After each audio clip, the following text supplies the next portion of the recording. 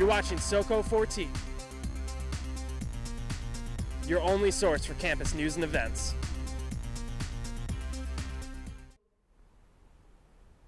Welcome to Soco 14, the campus news show that covers what's happening at Southern. I'm Jacob Van Heest. And I'm Jamelia Young. We have stories today about a financial aid problem at Southern and a visit by former basketball star to Lyman. We'll find out how to get food for free on campus, and we'll take a look at Southern sports later in the show. First up, Southern is facing steep fines for problems related to financial aid given to students here.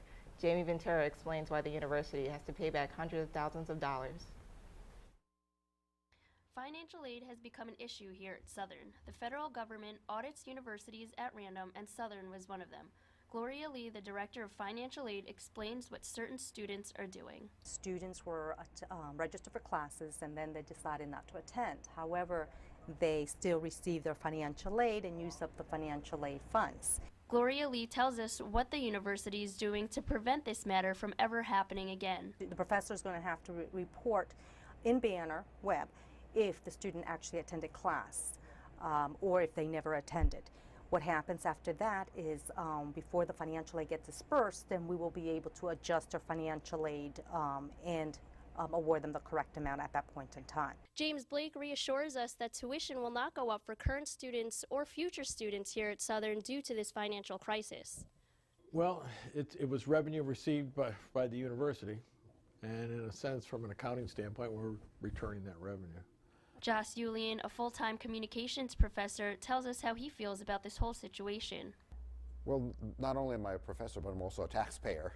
And as a taxpayer, I say my money's going, to the wrong end. So, I think that I'm glad the university is doing what it's doing. Gloria Lee says that if you didn't apply for financial aid, it might be too late. However, you can still apply for scholarships. You might just have to put a little effort into it. Reporting in New Haven, I'm Jamie Ventura, Soco 14. Recyclemania is an 8-week competition among universities around the country to see who can recycle the most waste. Southern has competed in Recyclemania for 3 years. It began February 3rd and will continue until March 30th. Southern has added a competition among residence halls, awarding a prize to the greatest building on campus, greenest. For more information, visit southernct.edu recycling. Southern students can now move around campus a little easier as snow removal continues following the big blizzard. Students complain that campus walking areas were poorly cleaned that caused more time to walk to class. Campus maintenance used the long weekend to clear wider paths, making getting around more convenient. If you're a busy commuter with a full class schedule, sometimes you have a little time to eat. Programs Council has help for you, at least one day a week. Here's Jamelia Young's scoop on the tasty news. Every Thursday is PB&J Thursday, sponsored by Programs Council from 12 to 2 p.m. PB&J programmer Monique Beeson says that it attracts a lot of people. We usually get a big turnout where the line is literally from here coming all the way out to here. Sean Gahuli has become a regular customer and depends on the event to satisfy his hunger. I come to PB&J Thursday every week now, since the beginning of last semester. I found out about it when I didn't eat lunch on my way to class because I was really hungry and I was like, oh, PB&J Thursday. So now every Thursday I look forward to getting a PB&J sandwich. Beeson says they try to accommodate for everyone's sandwich preferences. We also have Nutella, and we have different types of jelly. We have grape jelly and strawberry jelly. Milk and water are available to go along with the sandwich, but for Andrew McLean, water is his choice. Normally I don't get here for the water, so I'm going to try to snag one this time because I don't really like drinking milk that much. Procon programmer Jess Martinez says that they prepare for the event ahead of time. Well, Monique, our commuter and PB&J programmer, she recently just went to Sam's Club and literally bought PB&J for the rest of the semester. But as far as the bread and the milk goes, we do it well in advance before the semester starts. Beeson has been in charge of this event for some time now. It's actually my way of getting involved in Programs Council. So I've been doing it since now I'm a junior for almost 2 years. Southern Connecticut is now accepting applications for the 2013 University Film Festival. The categories for the festival include narrative, documentary, community, experimental, and other. Submissions are due by April 20th. For more information, visit the video production facility located in Earl Hall. After the tragedy at Sandy Hook, Southern's police department has revised its instructions about if there's an intruder on campus. The police are also working with the communications department to make a video about what to do during such an event. The video will be finished at the end of the semester and shown at orientations. It will also be up on the Southern website for public viewing. Now it's time to take a look at Southern sports. Here's Mike Costines.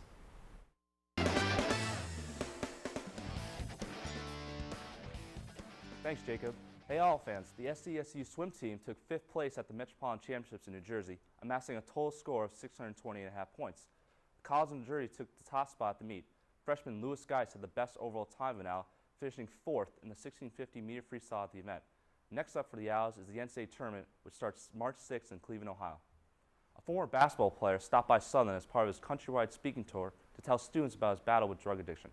Ryan Ianni reports from the Lyman Center. Thank you. God bless.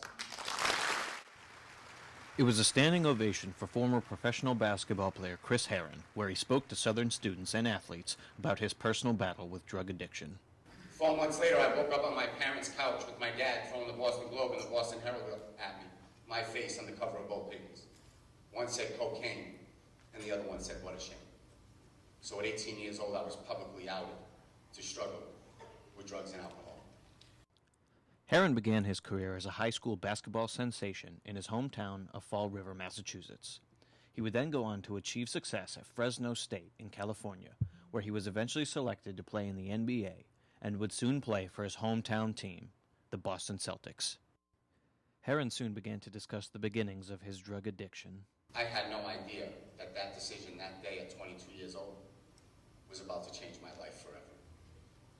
I had no idea that that $20 would turn to $25,000 a month drug habit. His gradual move towards heroin would eventually result in his obtaining multiple felonies. So the problem is, Chris, you just overdosed. When you overdosed, you took your foot off the brake and you hit that woman in front of you. You got a right to remain silent, son.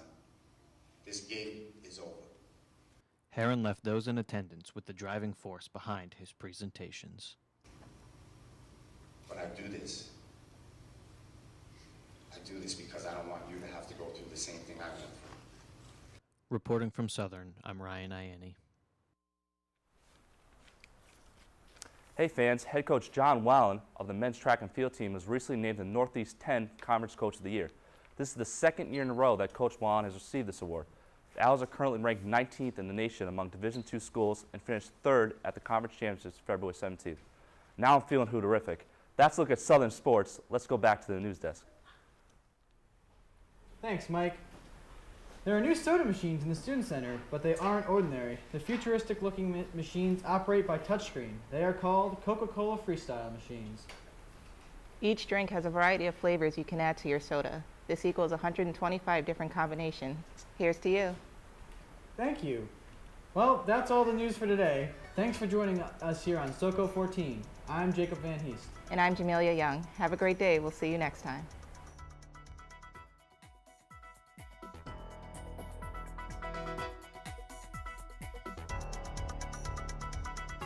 You've been watching Soco 14, the campus news show produced by the SDSU Communication and Journalism Departments.